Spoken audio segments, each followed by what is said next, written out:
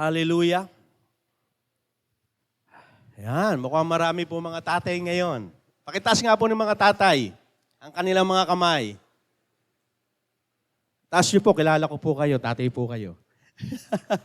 Ay, palakpakan po natin ang Panginoon sapagkat pinagdiriwang po natin ngayon ang araw ng mga tatay. Happy Father's Day. May tanong po ako sa inyo. Kapag sinabi ko po tatay, pag sabi ko, tatay mo, ano agad ang pumapasok sa isipan mo? Alam niyo po sa pag-aaral, sa kanilang pag-interview sa maraming mga anak o asawa, pag pinag-uusapan po ang tatay, ano ang tatay sa'yo, tatay mo? Marami po silang paliwanag, marami po silang mga idea between sa kanilang mga tatay. At may mga nagsabi nga, ang tatay ko ay matulungin, ang tatay ko ay mabait, ang tatay ko ay may hindi magandang sinasabi. Ang tatay ko hindi po namin madalas makausap, baging busy. Ang tatay ko po ay malupit pagdating po sa pagdidisiplina. Sa marami pong pagkakataon, marami po tayong katangian, lalo po sa mga tatay. Di po ba? Pag kinausap ko po kayo, kumusta? Kilala mo ba ang tatay mo? Ayan. Alam niyo po, mayroon po isang kwento, ito po yung nangyari po sa Amerika, na kung saan ang isang binata ay dapat pong hatulan sa bilangguan. Nasa court po siya. At po yung nangyari ito, yung court na yon, yung tatay po nung binata na bibigyan po ng hatol, kilala po yung tatay niya. Kasi po, yung tatay niya po ay kilalang scholar sa batas at may akta ng kumpletong pag-aaral na pinagmatang the law of trust. Kumbaga, yung tatay po nung binata na hahatulan na, kilala po nung judge yung kanyang tatay. Sabi niya, kilala ko tatay mo, maski ikaw kilala kita. Kasi ang tatay mo ay magaling pagdating sa batas. Siya nga yung nagsulat ng the law of trust. Ganon. At nalulungkot yung judge kasi sa nangyari nga po doon sa anak. Sabi nung judge, nagtanong, sige, bago kita hatulan o basahin yung hatol sa'yo, naalala mo ba ang iyong ama? Sabi nung judge doon sa binatang hatulan. Meron ka bang maaalala patungkol sa iyong ama? Sabi po ng binata, tumigil po siya sandali. At sabi niya, naalala ko po, Your Honor, nung sinubukan ko po lumapit sa tatay ko, ay ang sabi niya po sa akin, anak, mamaya na may ginagawa kong libro. Sabing ganon. At di po natapos doon, nung sinasabi ko po sa tatay ko, na ako po yung samahat at may pupuntahan kami. Anak, wag mo ko istorbohin, malapit ko na matapos yung ginagawa kong libro. Ano may libro niyo po? Ito po yung libro na Run Along Son. Ito po yung kanyang sinusulat na aklat. At sabi niya, anak, mamaya na kasi busy ako. Malapit ko na matapos itong aklat na ito na aking sinusulat. Kaya po sa kabila po nung yon, at sabi po nung huwes o nung judge, nakakalungkot naman. Sabi gano'n. Kaya yun yung naalala nung binata sa kanyang ama. Mga bagay na nakakalungkot. Sabi nga po nung judge, naalala ko nung pumunta ako sa kanya para humingi ng payo, pero sabi nung anak, hindi niya po ako tinulungan. Kaya naalala at nasabi po nung judge sa bandang huli, sabi ganito, naalala ko bilang isang nawawalang ama, bulong na maestrado, sayang, natapos ang libro, ngunit nawala ang anak. Natapos po nung isang attorney yung kanyang aklat, pero meron pong hindi magandang relasyon na nangyari. Napariwara po yung kanyang anak. Bilang ama na magaling sa batas, sumusulat, pero bakit po nagkaganon? Bakit po may mga anak na nagkakaproblema dahil sa ating mga ama? Ang katotohanan po, nangyayari. Tutuloy po itong binanggit ko po sa inyo. Kwento po ito na nangyari po sa Amerika. Na kung saan nalungkot yung judge na hahatol dun sa binata. Sabi niya, ba't nagkaganon? At hindi po yan disenyo ng Diyos sa mga ama. Iba yung disenyo ng Diyos sa mga ama sa isang pamilya kung saan gusto ng Diyos, pag sinunod ng ama yung disenyo niya, hindi pwedeng hindi magtatagumpay ang ating pamilya. Naniniwala po ba kayo na kapag ang Diyos ang kumilos sa isang pamilya, magkakaroon ng pagmamahalan, nagkakaroon ng pagkakaisa, nagkakaroon po ng isang bagay na isang katutuwa hindi lang ng nanay, ng mga anak, lalong-lalo na po ang mga ama. At meron din po akong isang kwento, nangyari po ito sa Espanya, Espanyol. Meron pong mag-ama, meron po silang hindi nagkaunawa. Ang pangalan po nito si Paco, ang kanyang anak. Yung anak niya, meron silang hindi diskusyon na mag-ama. Lumayas po yung si Paco. At umabot po ng 6 months sa kahanap po nung tatay, hindi niya po mahanap niyang kanyang anak na si Paco. Kaya sabi po niya, ganito na lang, dahil sa pagkadesperado ng tatay, pumunta po siya sa himpilan. Katulad po ng mga GMA, yan, ABS-CBN, para humingi ng tulong. At ang sabi niya po, doon sa kanyang, nagsalita po siya, sabi niya, anak, Paco, hindi na ako galit sa'yo. Pinapatawad na kita, mahal na mahal kita. Within this Saturday, makita tayo dito sa istasyon. Ito po ang sabi nung tatay. Kasi talagang sa kanyang pagsusumikap na makita yung tatay, talagang ginawa niya yung pagkakataon na yun. Kaya po, ang nangyari po, nung Sabado, 800 ang pumunta doon sa istasyon. Ang dami, 800. Kasi yung lahat ng pangalan Paco pumunta doon sa istasyon. At sabing gano'n, ba't ang dami 800? Kasi yung maraming Paco ang pangalan, may problema doon sa kanilang ama. At ang napakaganda ipinakita rito ng ama, hindi po niya sinukuan ng kanyang anak para makita niya at masabi niya, mahal na mahal kita, anak. Yun po yung disenyo ng Diyos kung saan makikita natin. Gagawin po ng ama ang lahat para sa kanyang mga anak, sa kanyang pamilya. Yan po ang disenyo ng Diyos sa mga tatay. Kaya muli po, binabati ko po ang mga tatay. Happy Father's Day! Palakpakan natin ng Panginoon. Tanong natin, Pastor, okay po, ano po ba talaga ang disenyo ng Diyos sa ating mga ama? Ito po ang ating mensahe po ngayong umaga. Bago ko po yung sabihin, mayroon pong sinulat po dito si Ama H, sabi dito, ang mga luha at takot ng isang ama ay hindi nakikita. Ang kanyang pagmamahal ay hindi na ipapahayag. Ngunit ang kanyang pangangalaga at proteksyon ay nananatiling haligin ng lakas ng buong buhay natin. Sabi po ni Ana. Sumulat po. Kaya po, kapag ang isang ama ay nasa disenyo ng Diyos, talagang ito'y isang matibay na haligi ng isang tahanan. Isang matibay na haligi na kung saan dumating man ang pagsubok, lindol. Alam mo yung mga lindol? Yan yung mga pagsubok. Yung mga trahedya na nangyayari sa atin will stand firm. Yung pillars na ito, yung haligi na ito yung mga ama. Dahil itinalaga ng Diyos ang ama ay maging matatag pagdating po sa kanilang pamilya. Ano po? Kaya po, ang mensahe po natin ngayong umaga, isang ama sa disenyo ng Diyos o father by God's design. Sa disenyo, naalala niyo po yung mga nanay? A mother by God's design. Ngayon naman, a father by God's design. Ano ba yung disenyo ng Diyos sa ating mga ama? Makikita po sa Kawikaan 27, verse 27, okay? Sabi dito, ang taong matuwid ay walang kapintasan. Mapalad ang mga anak niya kung siya ang kanilang tinutularan. Maganda po sa salin sa English, babasahin ko po. The righteous man walks in his integrity, his children are blessed after him. Mahalaga po na ang pamumuhay ng isang ama ay may katapatan at matuwid. Sino po dito ang gusto mo, ang tatay mo yung may katapatan at matuwid? Wala po may gusto, ang tatay niya ganon? Oyo ha, kakausapin ko tatay niyo. Kasi yun po ang disenyo ng Diyos. Na maging matuwid, maging walang kapintasan. Sabi nga dito, o kaya sabi nga, idol. Dad, idol kita. Lalo sa mga anak na lalaki, no?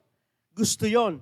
Ang halimbawa na mabuting magulang ay may kapakinabangan sa kanilang anak na maglagay sa landas ng katagumpay at kaligayahan. Kapag ang tatay mo ay may disenyo o may pananampalataya at sumusunod sa Panginoon, kapakinabangan po ito sa mga anak. Di ba? Kung ang tatay mo hindi mananampalataya at laging sumusunod sa gawain ng mundo, ano po nangyayari? Hindi siya nagiging mabuting halimbawa. Kaya yung karamihan sa isang pamilya nagiging nasisira o nabobroken, nagkakahiwa-hiwalay, watak-watak. Bakit? May isang ama na hindi naging kalugod-lugod. Lalo po sa disenyo ng Panginoon. Ano? Lalo nga pag may nagkwento po sa akin isang anak patungkol sa ama. Sino ba anong naaalala mo sa tatay mo? Si Kristo po. Kristo, matindi. Yung pala, Kristo ng sabungan. Every Sunday, nandun.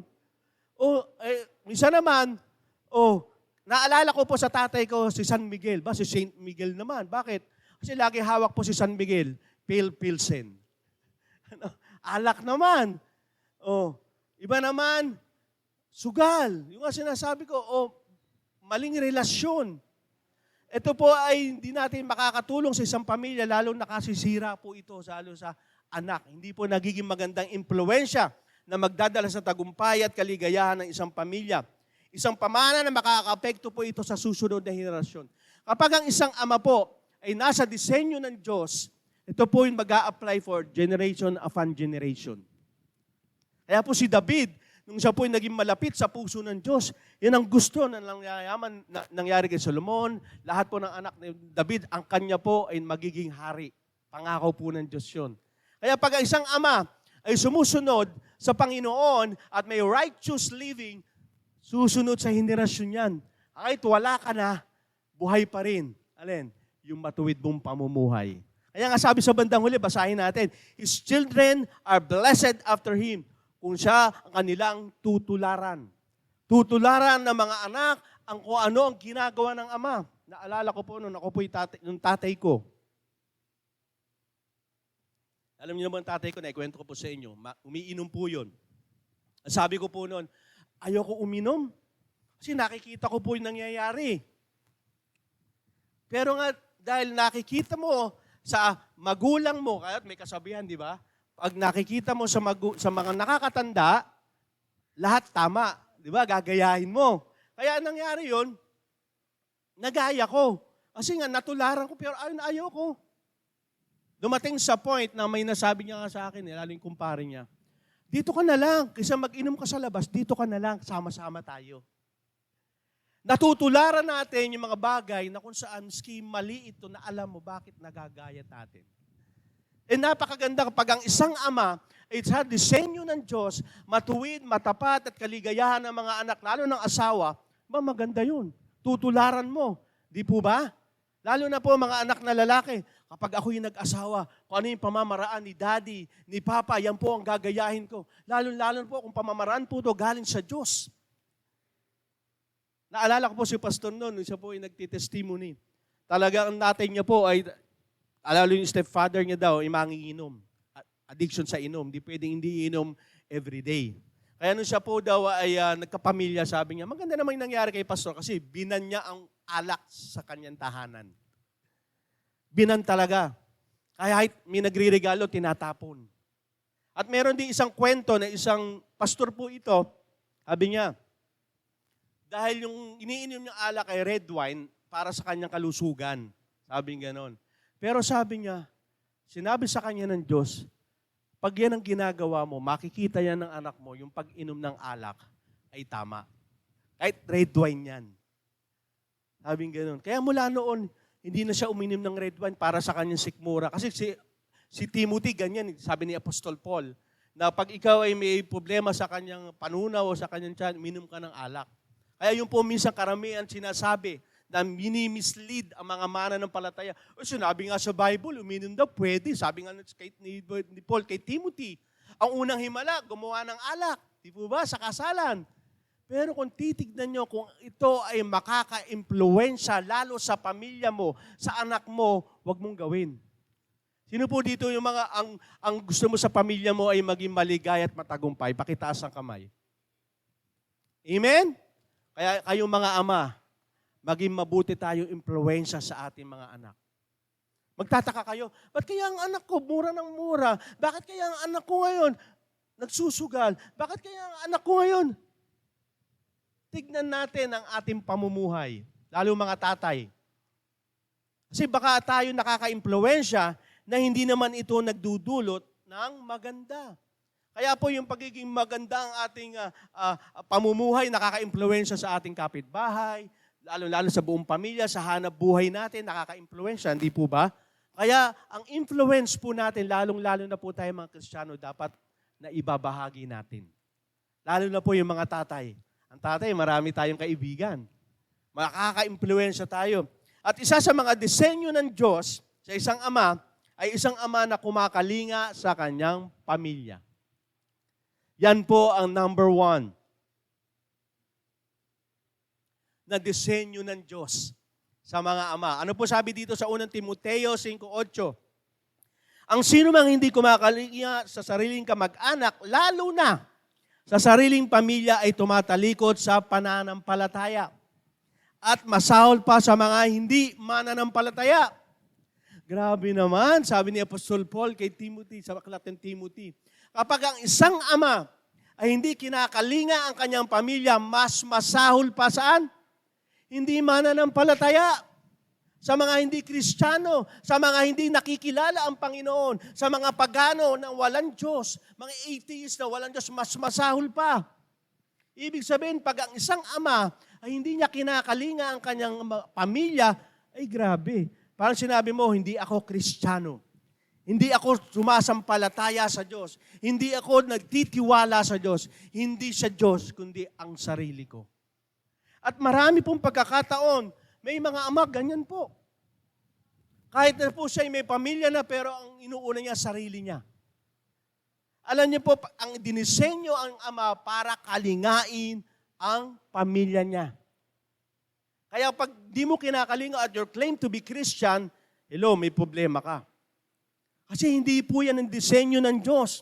Ang kahalagahan na maibigay mo, ang pangangailangan ng pamilya mo, ang pag-aaral, tahanan, damit, pagkain, lahat. Nakakalungkot lang, ano? Maraming ganyan, mga ama. Pagdating ng bibigay lang sa misis, pagkasyahin mo yan. Pala, may itinitira. Bakit? Kasi nga, mayroong pinakakagastusan na iba. Naranasan ko po yan. Na kung saan, mas mahalaga yung sarili mong kagustuhan. Ngayon, hindi. Kapag ikaw ay sa disenyo ng ama, disenyo ng Diyos bilang ama, dapat ang unang ginagawa mo, kinakalinga mo ba ang iyong pamilya? Kaya nga, kailangan mo mawala sa sarili mo, yung kagustuhan mo eh. Minsan nga, nagkakakwentuhan kami ni Mrs. Sabi ko, ba't kaya ganon? Pag pera ko, pera nyo. Pag pera nyo lang. Nasa yun sa akin. Di mo ba mga tatay? Minsan ganyan tayo. Ba't binibigay mo? Hindi na makabalik sa'yo eh. Pero bakit po? Kasi yan po ang disenyo ng Diyos. Na tayo po ay kumalinga sa pamamagitan na tayo ang naghahanap buhay, hindi bibigay natin kay Mrs. At Mrs., ito na ikaw na mag-budget. Ang hirap po mag-budget. Ang mamahal ng bilihin. Pero bilang isang disenyo ng Diyos na Ama, dapat natin tinitignan mo, kinakalinga ko ba ang aking pamilya bilang isang ama, bilang mananampalatayang ama? Bakit po? Kasi po ito po ay pagkalinga na kung saan sumasangguni ka sa Panginoon. At alam niyo po ba, ang isang ama na hindi kumakalinga sa kanyang pamilya, mahina po siyang maging leader po, maging sa church, maging po sa gobyerno, ano mang leadership na nangyayari.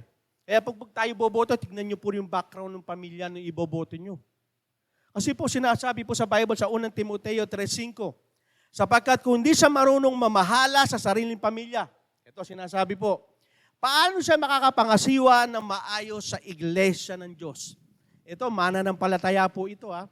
Kung sinasabi mo, I am Christian, at hindi mo kinakalinga ang pamilya mo, hindi mo inaalagaan, and you're willing to serve the Lord, hello, pag-isip-isip ka muna.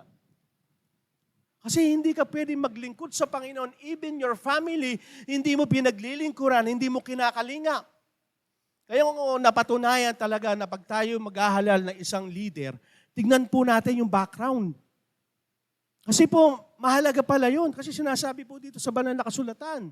Lalo sa mga hindi nga Kristiyano, lalo pa sa Kristiyano. Dapat tignan po natin na ito ba ay may kapasidad na mamahala sapagkat binibigyan niya ng pagmamahal at pagkalinga ang kanyang buong pamilya. Ibig sabihin, sa family niya magagawa niya sa labas ng family. Kasi kung nagagawa mo sa labas, sa loob, parang pakitang tao lang. Di po ba? Kaya mahalaga po na isang ama ay kinakalinga ang kanyang buong pamilya. Pagkalinga na bumuo ng isang pamilya. Ano po ba ito? Ito, pag-uusapan po ito. Sa kultura po ng Pilipino, maraming ganito. Ang sabi po sa Genesis 2:24, iyan ang dahilan na iiwan ng lalaki ng kanyang ama't ina at makikipag-isa sa kanyang asawa at silang dalawa ay magiging isa. Ito po madalas naming gamitin po ni Pastor pag siya nagkakasal. Ano po ba to? Kasi po si Abraham, nung po siya ay nag-asawa kay Sarah, ang sabi ng Panginoon, umalis ka, humayo ka, bumuo ka ng isang pamilya. Kasi kasal na sila eh. Iiwanan mo yung ama't ina. Ang daming doon. Nung family business ni Abraham, ang dami. Ang dami nilang cattle, marami silang mga lupain, marami silang inaalaga ang hayop, pero inutusan siya ng Panginoon. Bakit? Kasi po, bilang isa kang ama, dapat kailangan mo nang bumuo ng iyong pamilya. Sabi nga dito, magiging isa kayo. Sa kultura kasi ng Pilipino, the more, the merrier. Tama? Mas marami tayo sa isang lugar, sa isang bahay, mas masaya. Di ba? Hindi ko po ako para mag-condemn sa mga nakatira. No. Inaalam po natin kung ano yung disenyo ng Diyos. Nangyari din po sa akin yan. Alam po sa mga hindi din maganda nangyayari. Kasi ako may vision noon. Nakatira po ako magkakasama. Ay, alagaan niyo muna yan. Alis ako. Yung gano'n, di ba? Hindi ako para bumuo ng pamilya, para ako maka-escape, lalo makagawa ko yung mga bagay na gusto ko. Kaya bilang isang ama, dapat pag ikay mag-aasawa, ito, binibigyan tayo ng Panginoon ng wisdom, mag-isip tayo. Pag ready ka na sa pag-aasawa, ready ka na ba talagang bumukod? Kasi yun po ang disenyo ng Diyos. Maraming sasabi, hindi naman paano mo ngayon lang, hindi kayo nagkakaproblema, pero darating ang panahon, tumagal, magkakaproblema na kayo. Kasi hindi nga po disenyo ng Diyos yan. Ang pagkalinga ng isang lalaki na mahalin ng kanyang asawa habang buhay. Alam niyo po ba kung bakit dahilan kailangan niyo umalis? Kasi maraming posibilidad. Nangyayari po yan. Kapag kayo yung magkakasama, lalo yung kasama mo yung biyanan mo, lalo yung lalaki, kasama yung nanay niya, nangyayari po yung barkada ko. Sabi niya, pare, ang hirap na sitwasyon. Bakit? Kasi pag gagawa kami ng desisyon, nasasabi ko sa asawa ko, Han, tanong muna natin si Mama. Han, tanong muna natin si Daddy kung anong magiging decision nila. At inyo, gumagawa po ba ng yung isang lalaki ng isang pamilya? Hindi. Kaya minsan nasasabihin, Mamas boy. Di ba? Papas boy. Bakit? Kahit may asawa na siya, pero ang pamilya niya, hindi siya bumubukod. Hindi po disenyo ng Diyos. Yung pagkalinga kasi na ikabubuti ng pamilya dapat. Ano ba yung priority ng pamilya mo? Kasi pag ikaw ay hindi humiwalay, hindi ka matututong bumili ka ng sarili mong kalan, sarili mong ganito, di ba? Hindi ka magbabudget kasi may aasahan ka eh. Nagyan naman si Mama, nagyan naman si Daddy, nagyan naman si ganito, di ba? Hindi ka bumubuo ng pamilya. Kasi pag ikaw ay nagkaasawa na, mga lalaki, dapat ang priority mo na pamilya mo. Kaya nga yung iwanan mo yung dati mong, yung pagiging binata mo eh. Wala nang barka-barkada. Kasi nga priority mo na pamilya mo. Yung magiging anak nyo, lalo-lalo na kung magkakaanak kayo. Kasi maunawaan natin, ikaw ay, sabi nga, naging isa kayo ng asawa nyo. At pag nagkaanak pa kayo, bumubuo ka na ng pamilya. Kaya po ang pag-aasawa, hindi po ganun biro yun, ha? Kaya madalas ko sinasabi sa inyo, yung mag-asawa, first to 2 to 3 years, ang sasaya. Pero nung umabot na ng 5 years, doon na nagka-problema. Yung dating sinasabi niya na, Han, ayaw ko na hindi kita nakikita, gusto kitang kasama. Nung umabot na ng 5 years to 7 years, Han, pag nakita kita, ikamamatay ko na. Bakit? Stress na ako sa'yo. Ayaw na kitang makita. Kaya kayong mga kabataan, pag nakita yun, huwag puso ka agad. Lalo na mga lalaki, kala nyo ganun kapasok lang. Hindi, disenyo ng Diyos yun. Ang disenyo ng Diyos ay mapabuti ang pamilya at magkaroon ng pagkalinga para sa ikabubuti ng pamilya. Kaya kasi ang pamilya, disenyo ng Diyos yan. Kaya si Eva at Adan, nagkapamilya, design ni Lord yan. Kaya yung marami, di ba, Pastor, nung sinabi sa Bible, nung nalungkot si Adan, ay binigay si Eva. Kaya po ako'y nalulungkot kayo, kaya po ako'y naghahanap ng Eva. Ganon din si Eva, malungkot ako, kaya naghahanap ako ng Adan. Alam niyo po, maraming lalaki, sabi nila, pag nahanap niya yung dawan, masaya na sila. Kaya nung nakilala si Aida, hindi pa rin. Si Lord na nakilala, hindi pa rin. Nung si Pina ang nakilala, hindi pa rin. Ba nagbago? Si Mario nakasama, wala pa rin. Bakit? May emptiness. Lahat na tinikman pero wala pa rin. Kasi hindi nga disenyo ni Lord yun. Ang disenyo ni Lord ay magkaroon ng ikabubuti ang pamilya. Ano po sabi sa Mateo 7:9-11? Sino ba sa inyo ang magbibigay ng bato sa kanyang anak kung humihingi siya ng tinapay? Liwanag po. O anang ahas na kung humihingi siya ng isda.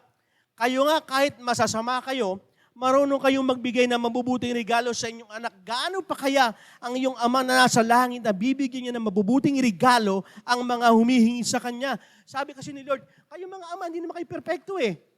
Di ba? Masasama, nakakagawa kang kasalanan. Pero nagbibigay kayo ng mabuti sa inyong pamilya, sa anak mo. Pag humihingi ba ang iyong anak ng tinapay, bibigyan mo ng ahas? Ano yung ibig sabihin nun? Ang laging tiniting dapat ng mga tatay, ano yung pinakamabuti? Ang Diyos Ama kasi ganun eh. Yung pinakamabuting kailangan ng tao, yun ang ibinigay niya. Ang ating Panginoon Kristo. Kaya pag ikaw ay nasa ayon sa disenyo ng Diyos, being a Christian, a father Christian, dapat alam mo, ano yung pinakamabuti sa pamilya mo. Kaya nga sabi dito, kayo nga, na hindi kayong perfecto, masasamang tao, binibigay yung mabuti. Ano ba sinasabi dito? Marami po kasing ama, anak, mahana ka sa akin. Bakit? Po, magaling ka sa chicks. Tama yan. Pick ka ng pick. Hanap ka. Sayang lang ang pagiging angka natin na gwapo. Eh, lang naman ang kayamanan natin. Mabigyan natin sila ng magandang lahi. Alam nyo, mga ganyan. Mga barkada ko, ganyan kaisipan eh. Maganda kang lalaki ka. Gamitin mo yan. Para saan? Para mamili ka. Eh nakakalungkot, mataas po ngayon ang average po natin yan about sa HIV. Immorality. Na ginagawa nila, even di sila kasal. Hindi disenyo ng Diyos yan. Ang disenyo ng Diyos sa Ama, kung ano yung pinakamabuti, yun ang gagawin niya para sa pamilya niya. Minaalala ko, kwento nga ni Pastor to, ni Mike. Nung meron daw siyang kakilala, dahil mayaman sila, yung anak, engineer po ito. Kaso ang problema ito, nung binibigay yung pera sa magulang, ito yung sweldo. Di, sa'yo na lang yan. Para sa'yo yan. Kasi, alam mo naman, may kaya naman tayo. Alam mo bang ginawa ng anak? Yung kanyang pera ginamit sa drugs. Dahil hindi po yun ang disenyo ng Diyos. Nangyari pa, marami pong mga tatay, o sige na anak, para hindi na tayo magtalo. Ito na, mag-drugs ka, mag-bisyo ka, etc., etc. Hindi po yan ang disenyo ng Diyos. Ang pagkalinga ay lagi yung ano yung kabubuti ng pamilya. Yan po dapat iniisip ng isang ama. Ano pa yung pinaka-the best para sa pamilya mo? Sabi nga po ng ating Panginoon, kung ano yung pinaka-the best, yun ang ibinibigay. Bakit? Kasi kahabagan ng Diyos o ang isang ama ay kinahabagan niya yung kanyang pamilya. Ano po sabi sa Salmo 103:13? Kung paano ang ama ay nahahabag sa kanyang anak, ganun din ang pagkahabag ng Panginoon sa may mga takot sa Kanya. Kapag ang isang ama ay kinikare niya kanyang pamilya, mararanasan niya, kahabagan siya ng Diyos. Kaya ito makikita po natin, ang realidad. Ang isa pong tatay, hindi po ganun kadali ang pagiging tatay. Naalala ko po ako, kami po ay nasa Magnolia Boys po noon, hindi pa New Beginning Boys. Meron po kami doon, At nagkaroon po kami ng Christmas party noon. Talagang hindi ko po makalimutan yun. Kasi bakit po? Nagsama-sama lahat ng mga tatay na kung saan ito yung mga tatay na mananampalataya. Talagang masaya kami. At doon yung mga testimony ng bawat isang tatay. Sabi niya, ang sarap pala maging tatay ng isang Kristiyano. Totoo po yun. Sinabi ko po kay Pastor, sabi ko, Pastor, ang sarap pala maging tatay kapag ikaw ay sumusunod sa Diyos. Doon ko naranasan ang pagiging tatay.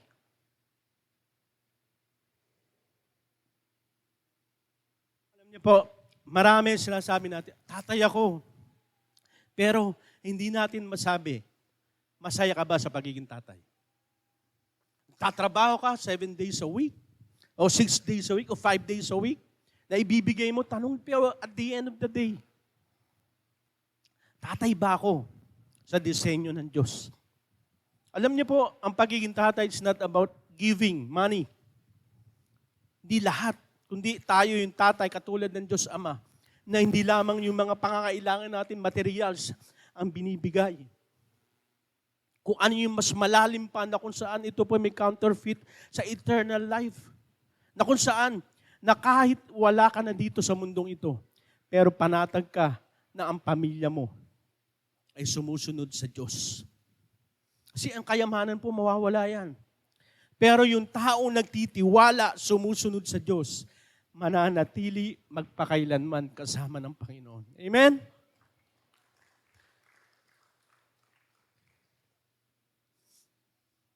Kasi po, nung una po, nung tatay ako, sabi ko, okay na. Yung bigay mo yung pangangailangan, masaya. Pero at the end of the day, sarili mo pa rin na nasusunod. May bisyo pa rin ako. Lahat ginagamit ko para maging masaya ako. Pero hindi ko tinitignan, maging masaya ba ang pamilya ko para sa bilang ama. At nung po ako'y naging Kristiyano, boldness, by boldness, sabi ko, ang sarap pala maging tatay. Totoo po yan. Masarap maging tatay pag ikaw ay nasa ayon ng disenyo ng Diyos. Kasi po nung ako po yung tatay, nung di pa ako wala sa disenyo ng Diyos, hindi pwede pong wala po akong pera sa bulsa. Sino po ganun tatay? Hindi pwede. Kaya po nasasabihan ako, Daddy, may pera ka sa bulsa. Sa balat.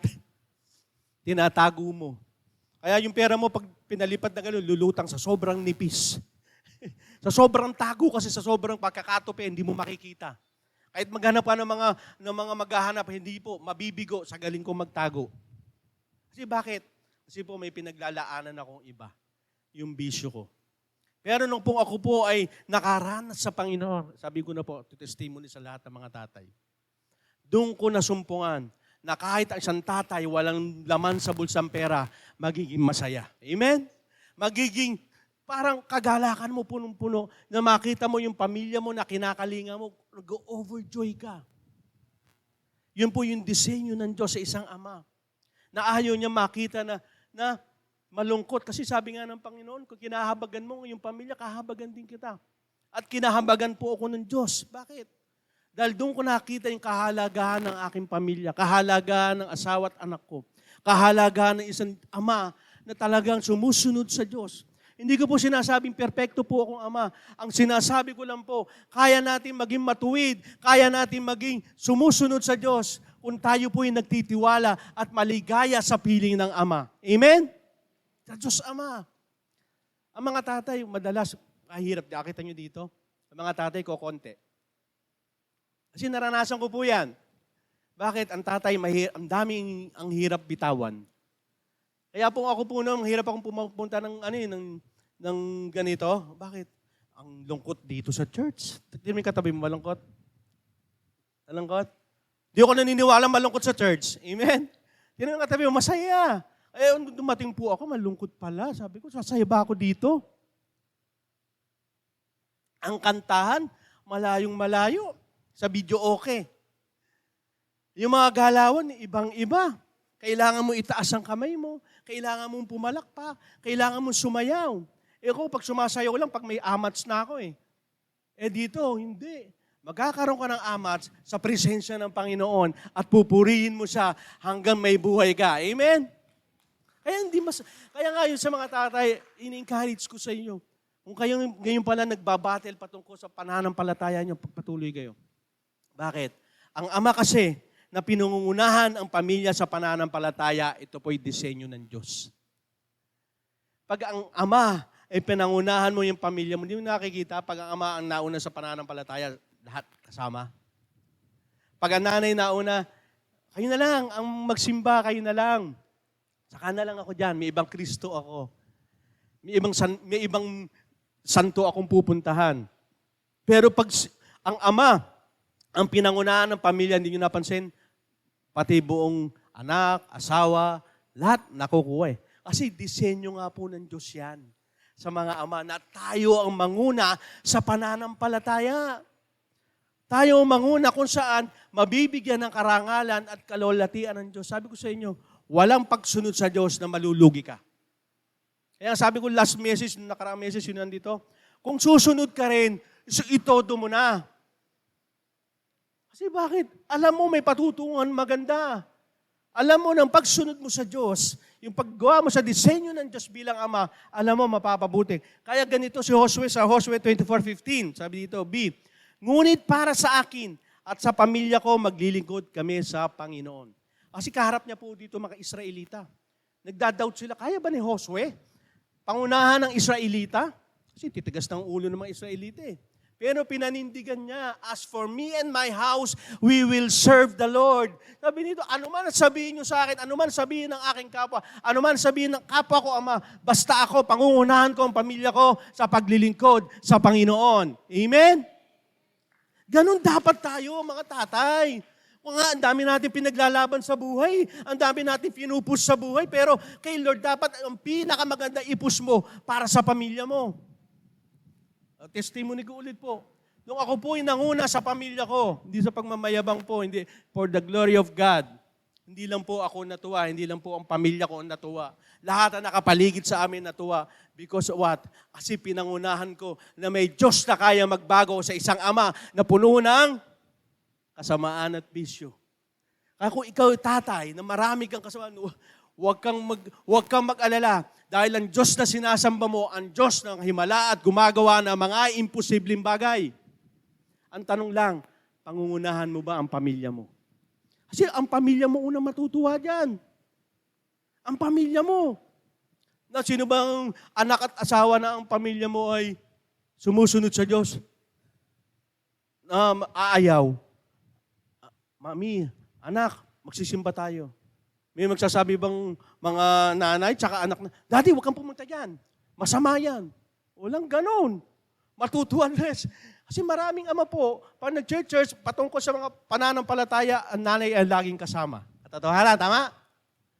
Ang tatay, naku, pagod na ako saka na lang. Hindi, si Josue, alam niya kasi na pag pinangunahan siya ng Panginoon at sumunod siya sa disenyo ng Diyos, kaya niya magtagumpay na dalhin ang pamilya niya sa paanan ng Panginoon. Amen? Kaya huwag tayong matakot mga tatay. Mahirap pag gagamitin mo yung sarili mong lakas. Pero pag sa Diyos, hindi po mahirap. Binago ka nga niya Nahirapan ba si Lord? Sino yung mga tatay dito for how many years? Tsaka alam bumalik sa Panginoon. Ako, isang nga ako nun Ilang taon na po ba ako? Sa tingin nyo, ilang taon na po ako? Hindi naman, masyado naman kayong... sino ba makakahula? Bibigyan ko po ng premyo. Nang hula pa no? Ano po pinakikita po dito? Na kung saan pangunahan po natin ang ating pamilya, kung saan pangunahan ng Ama na maituro ang tamang daan sa katotohanan sa anak. Ang itinuturo po dapat natin, pinangungunahan natin, ano yung sinasabi ng salita ng Diyos? Kasi alam niyo po ba, marami mga tatay, lalo may anak na lalaki, pinangungunahan sa kalokohan Totoo yan. Simpleng bagay lang, may isang kwento po ito nangyari. Sabi, umuwi sa bahay yung anak. Daddy. Sabi ganun, bakit? Sumakay ako ng jeep Hindi ako nakapagbayad. Nakalimutan ko. Sabi ng tatay, wais ka talaga anak, ang galing mo. Madalas na ganyan ang mga tatay. Hindi itinuturo ano yung tama, katotohanan salita ng Diyos. At marami yun na napapahama kaya ang ating mga anak. Bakit? Kasi nga hindi itinuturo. At bilang isang pangunguna sa pananampalataya, dapat pinangungunahan mo ituro kung ano yung katotohanan. Sabi sa Kawikaan 22:6, ituro sa bata ang daang dapat niyang sundan at kahit sa kanyang pagtanda ay hindi ito kalilimutan. Dapat aktibo po ang mga tatay na turuan. Huwag po tayong nakakatamad, huwag na lang. Alam niyo po bakit? Kung ang bata pa lang natuturuan mo na, namomold mo na, hanggang sa paglaki, hanggang sa magkatrabaho yan, dadalin niya yan. Sino po hindi matutuwa? Sino po hindi masisiyahan pag ganun? Dito po, marami po dito na lumaki. Bata pa lang, dito na yandog, hanggang ngayon lumalaki. Nakita nyo naman ang resulta. Hindi ko mo sinasabing magiging perfecto sila, pero nakikita ko na magiging maganda ang kanilang future. Bakit? Sila ay nakabound o nakaangkla doon sa katotohanan ng salita ng Diyos. Kasi mahalaga po, lalo po ngayon, pinag-uusapan natin yung mensahe ng Panginoon, last message, di ba? Marami po ngayong peki na. Maging Christian, ipeki na. Kasi they claim to be Christian, pero wala yung nakikita na bunga ng banal na Espiritu. Kaya bilang ama, dapat tayo yung nangunguna. Anak, mag-pray tayo. Anak, magsimba tayo earlier. Handa na natin ang gamit. Mayroon pong NBB nung bago. Nagpatotoong ganon. Pastor, isa po sa mapapatoo ko ngayon. Nung po ako ba'y nakatanggap na sa Panginoon, pinangungunahan ko yung pamilya ko. Saan? Sa katotohanan na mahalaga ang pagsisimba. Na mahalaga ang magbasa ng salita ng Diyos. Yun po ang katotohanan. Na dapat ang mga ama, tayo yung nangunguna. Kasabay po ng ating mga asawa, mga nanay, na turuan natin na magkaroon ng impluensya sa tamang relasyon sa Diyos. Huwag munang relasyon sa iba, ha? Kasi anak, anong ilang taong ka na? At wala ka pang girlfriend, boyfriend. Walang ganun. Relasyon muna sa Diyos para yung pagmamahal tama. Hindi may tama. Ano? Kasi ganyan, maraming magulang ganyan. Anak, may itsura ka. Gamitin mo yung kagwapuhan mo, kagandahan mo. For the glory of God. Ha? For the glory of God? Wala ka sa tamang pag-iisip doon. Hindi pa nga naghahanap buhay. Tanong pa, baka high school pa lang yun eh. Marami ako nababalitan, ganyan. High school pa lang. Hindi yan ang disenyo ng Diyos. Ang disenyo ng Diyos ay maging kapakinabangan ka sa pamilya mo, maging katuwaan ka ng pamilya mo. Bakit? Pinangungunahan ng Ama na mapalaki ang anak sa pamamaraan ng Diyos. Bakit sa pamamaraan? Kasi nga tayo bilang isang Kristiyano, hindi po pamamaraan ng mundo ang ginagawa natin. Hindi pamamaraan ng Diyos. Kapag tayo nagpupumilit sa pamamaraan ng kaaway ng mundo, I tell you, mapapahamak ang pamilya mo. Mga tatay. Bakit? Hindi po yan disenyo ng Diyos. Ano po disenyo? Sabi sa Ephesians 6:4. At kayo namang mga magulang, huwag kayong gumawa ng mga bagay na ikasasama ng loob ng mga anak ninyo. Ayan, may sinasabi sa atin, ha? Sa halip, palakihin sila na may disiplina at turuan ng mga aral ng Panginoon. Marami mga tatay, tayo ang nagiging cause bakit nagagalit ang ating mga anak. Yung pagdidisiplina natin, minsan mahigpit. Pero hindi po sinasabi ng Panginoon, huwag kang magdisiplina, lalo ang mga tatay. Sinabi sa Bible po yung paluin ninyo. Pero minsan ang disiplina, wala na pong pagmamahal. Lalo na po yung isang amay nakaranas sa kanyang tatay ng violenting disiplina. Ganun po. May kilala po ako ganyan. Kaya naipasa niya sa kanyang anak. Paluhurin sa asin, sa munggo. Sino ba nakaranas ng ganun? Mga tatay. Pinaluhod ka sa asin at sa munggo.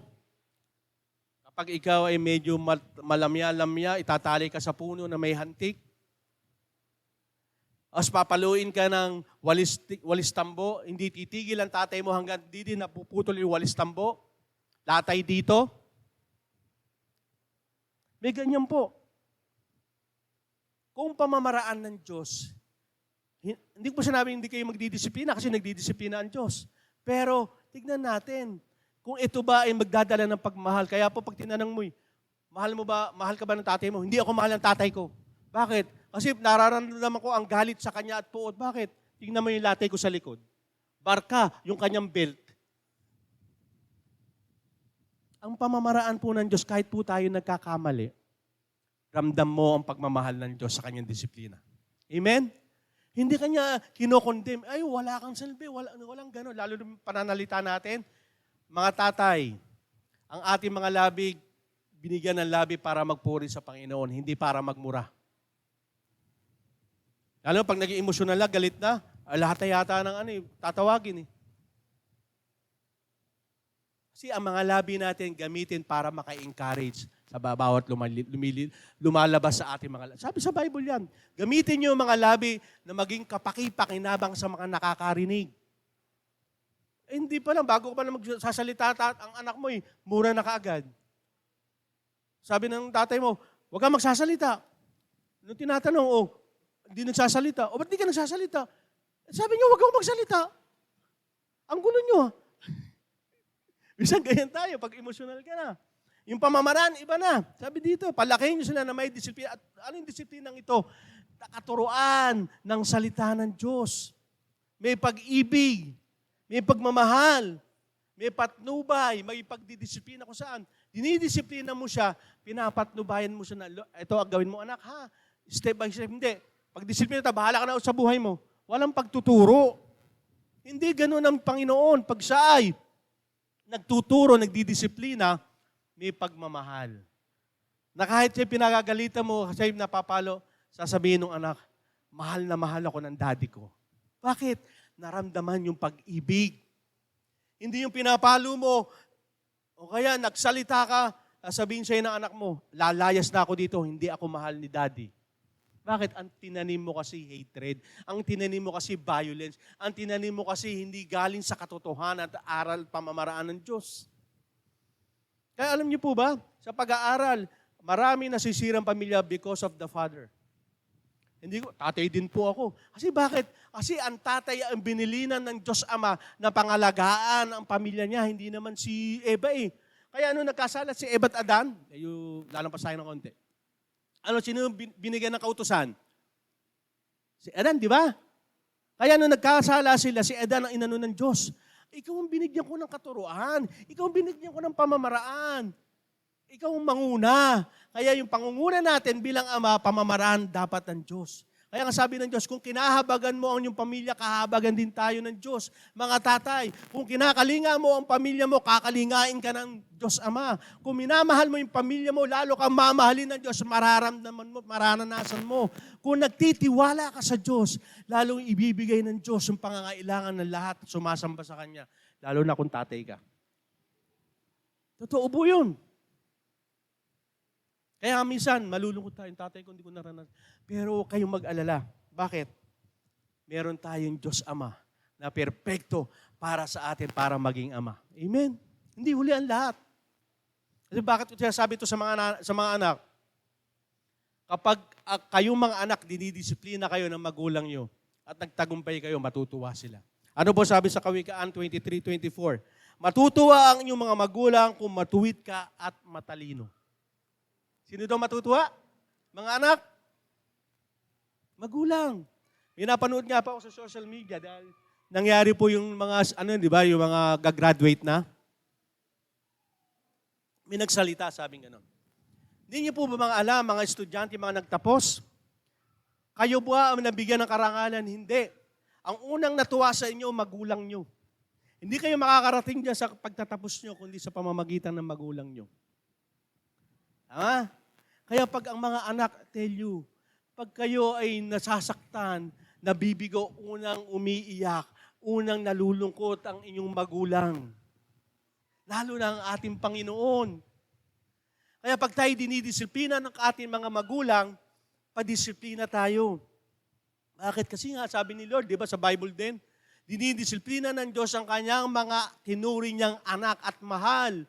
Kaya pag dinidisiplina kayo ng inyong mga tatay, ng kanyang magulang, mahal kayo ng inyong magulang. May nagdisiplina ba na gumagawa ng tama? Dinidisiplina ka kasi may ginagawa kang hindi maganda. Hindi ka pwedeng hayaan ng tatay mo, nilalapa ka na ng aso, titignan lang, sige, lapain nyo ka na, magpakasama ka. Hindi ganon. Ang Diyos, ang Ama na disenyo ng Diyos, ayaw niya makita yung kanyang anak na nagpapatuloy sa kasalanan. Amen? Ayaw ng isang ama na makita ang kanyang pamilya bumabaksak. Lalo na ang Diyos.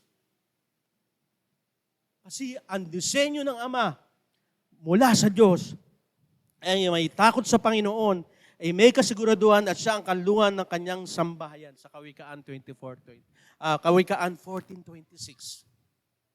Ay na-encourage ko yung mga ama. Umayon po tayo sa disenyo ng Diyos. Kung ngayon kung po palang nararanasan yung pagiging ama, galing sa pamamaraan ng Diyos, hindi pa huli. Hanggat buhay ka, gagawin ni Lord yung disenyo ng Diyos para sa iyo. gagawin ng Diyos para sa pamilya mo, yung pinaka-the best na tagumpay, yung pinakamaganda, ilalagay ni Lord yan kung isang ama ay umaayon sa disenyo ng Diyos. Sino po dito? Pakitaas ulit yung kamay ng mga tatay. Pakitaas po. Wag na po kayo magdalawang kilala ko po kayo. Ayan, pakitaas po. Gusto niyo po bang umayon sa disenyo ng Diyos? Sagot po. Amen. Palakpakan natin ang Panginoon. Kung umaayon po kayo, inaanyayahan ko po kayong tumayo. Pag-pray po natin ng mga tatay.